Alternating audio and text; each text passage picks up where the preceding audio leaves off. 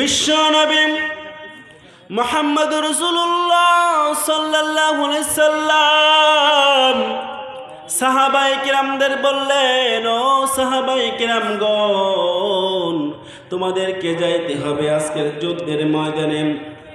সাহাবায়ে কিরামগণ বলে, ইয়া রাসূলুল্লাহ, ইয়া হাবিবাল্লাহ, অবশ্যই অবশ্যই আমরা আপনার দ্বীনের দাওয়াতের জন্য, কোরআন খানা প্রতিষ্ঠা করার জন্য যুদ্ধের ময়দানে যাব। ইয়া রাসূলুল্লাহ,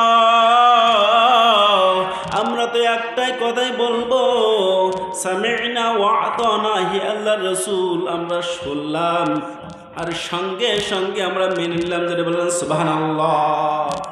সাহাবায়ে কিরামগণ যুদ্ধের ময়দানে গেলেন।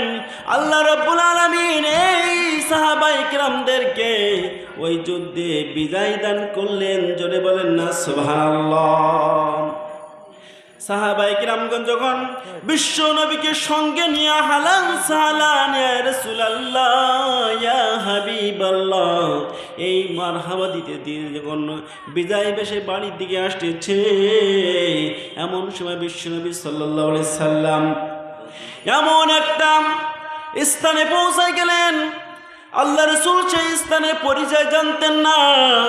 বিশ্ব নবী সাল্লাল্লাহু আলাইহি সাল্লাম সাহাবায়ে কিরামদের বললেন, ও সাহাবায়ে কিরামগণ, তোমরা কি বলতে পারো এই স্থানটার নাম কি, এই স্থানটার পরিচয় কি?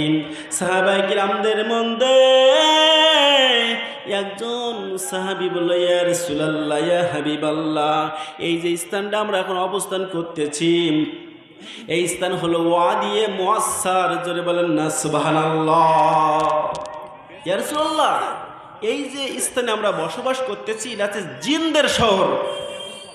এখানে জিনরা অবাধ্যতা স্বীকার করে, এখানে একটা কূপ রয়েছে, ওই কূপের মধ্যে তারা অবস্থান করেছে। তারা আপনার দ্বীনের নবুয়তের স্বীকৃতি দেন নাই, আপনাকে নবী বলে স্বীকৃতি দেন নাই।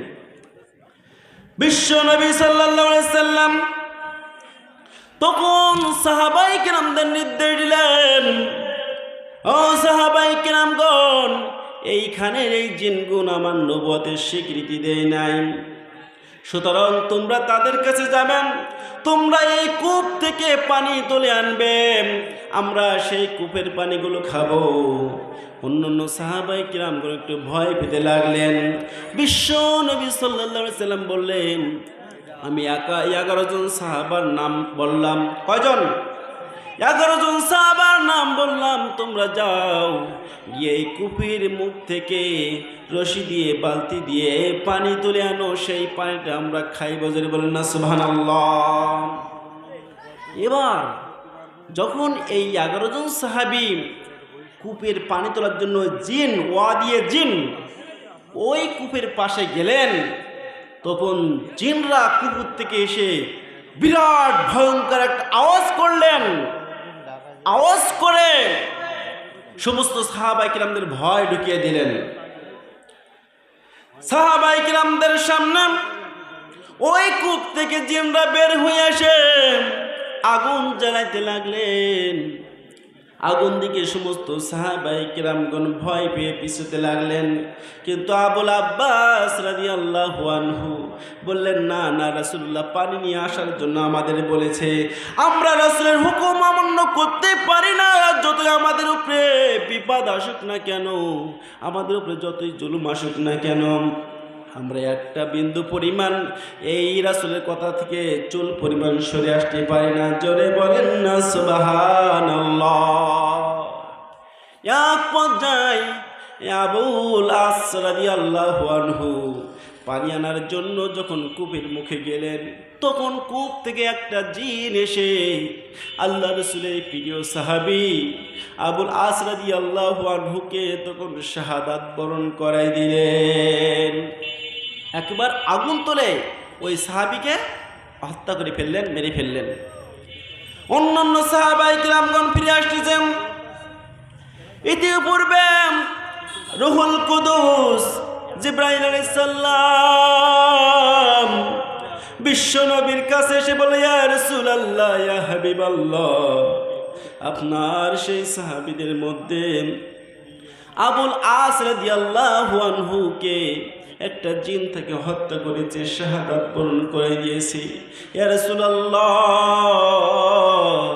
এর মধ্যে সবচেয়ে শক্তিশালী কে আছে আমার মধ্যে, আপনাদের মধ্যে? বিশ্ব নবী বললেন, আমি যাকে এবার নির্বাচন করব পানি আনার জন্য, যার নাম দেওয়া হয়েছে শেরে খোদা হযরত আলী রাদিয়াল্লাহু আনহু। জোরে বলেন না সুবহানাল্লাহ। আলী রাদিয়াল্লাহু আনহু বলছেন, আমি এই অপেক্ষায় ছিলাম কখন বিশ্বনবী আমাকে এই জিনদের কাছ থেকে পানি আনতে বলবে। সুবহানাল্লাহ বলবেন না? যখন আল্লাহ বললেন, হে আলী, তোমার দায়িত্ব হলো এখন এই ওয়াদিয়ে জিন, এই কূপ থেকে পানি আনা।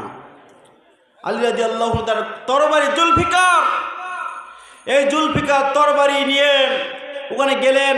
ঠিক ওই একই জিন তখন আলী রাদিয়াল্লাহু আনহুকে লক্ষ্য করে বিরাট ভয়ঙ্কর আওয়াজ করলেন।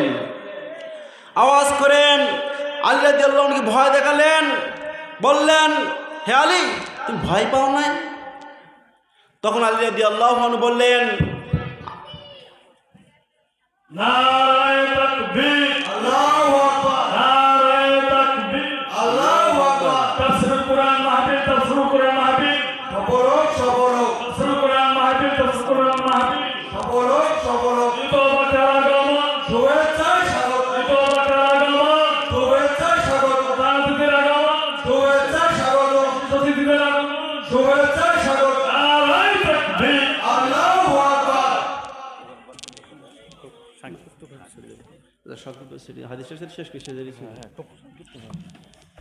বিশ্ব নবী যখন আলীকে বাড়াইলেন, আলী রাদিয়াল্লাহু আনহু বললেন, হে জিন, অবদ্ধ জিন, আমি তোমাদেরকে ভয় করি না। এই জিনগুলো হযরত সুলাইমান আলাইহিস সালামের সময় অবদ্ধ হয়ে 20,000-এর মতো জিন এই গুহার মধ্যে আশ্রয় নিয়েছিল। এক পর্যায়ে আলী রাদিয়াল্লাহু আনহুকে ভয় দেখালেন। আলী রাদিয়াল্লাহু আনহু ওই কূপ থেকে পানি তোলার জন্য তার বালতিটা ফেলে দিলেন। বালতিটা ফেলে দেওয়ার সঙ্গে সঙ্গে ওই অবাধ্য জিনগুলো কূপ থেকে ওই বালতিটা তুলে আলী রাদিয়াল্লাহু আনহুর সামনে, মুখের সামনে ফেলে দিলেন। এবার আলী রাদিয়াল্লাহু আনহু যখন ফেলে দিয়ে ওই জিন উঠেছেন, আলী রাদিয়াল্লাহু আনহু তার জুলফিকার তরবারি দিয়ে এক কোপে ওই জিনটাকে দ্বিখণ্ডিত করে ফেলেছে। যদি বলেন সুবহানাল্লাহ। এক পর্যায়ে আলী রাদিয়াল্লাহু আনহু ওই বালতি থেকে রশিটা খুলে নিজের কোমরে বেঁধেছে। বেঁধে অন্যান্য 10 জন সাহাবীকে বলল, হে 10 জন সাহাবী ভাইরা, তোমরা এই রশিটা শক্ত করে ধরো, আমি এই কূপের মধ্যে নেমে এই কূপ থেকে পানি তুলবো। ধরে বলেন না সুবহানাল্লাহ। সেই মোতাবেক যখন আলী রাদিয়াল্লাহু তার নিজ দেহে কাঁধে এই রশিটা বেঁধে কূপ থেকে নামলেন, এক লাফ যে দিয়েছে সেই দড়ি, অর্থাৎ সে দড়িটা মাঝখান থেকে ছিঁড়ে আলী রাদিয়াল্লাহু আনহু ওই কূপের মধ্যে পড়ে গেলেন। হাজার হাজার জিনের মধ্যে রয়েছেন। এক পর্যায়ে সব শব্দ এই সাহাবায়ে কিরামগণ কাঁদছে, এবার নাকি আলীও শাহাদাত হয়ে গেল মনে হয়। সম্মানিত হাজিরিন, এক পর্যায়ে কিছুক্ষণ পরে আলী রাদিয়াল্লাহু আনহু অগণিত এই জিনদেরকে হত্যা করে এমন এক পর্যায়ে এসেছিলেন যে এক পর্যায়ে এই জিনগুলো বলল, আলী, আমাদেরকে আর হত্যা করো না, আমি তোমাদের বর্ষতে স্বীকার করবো। সুবহানাল্লাহ। এই দিন আলী রাদিয়াল্লাহু আনহু 10,000 জিনকে হত্যা করে আর 20,000 জিনকে কালিমার মালা পরিয়ে মুসলমান বানিয়ে দিলেন। সুবহানাল্লাহ। হাদিসটা এখানে শেষ হয়েছে। সম্মানিত হাজিরিন, আমার সরদি উস্তাদ এসে গিয়েছে।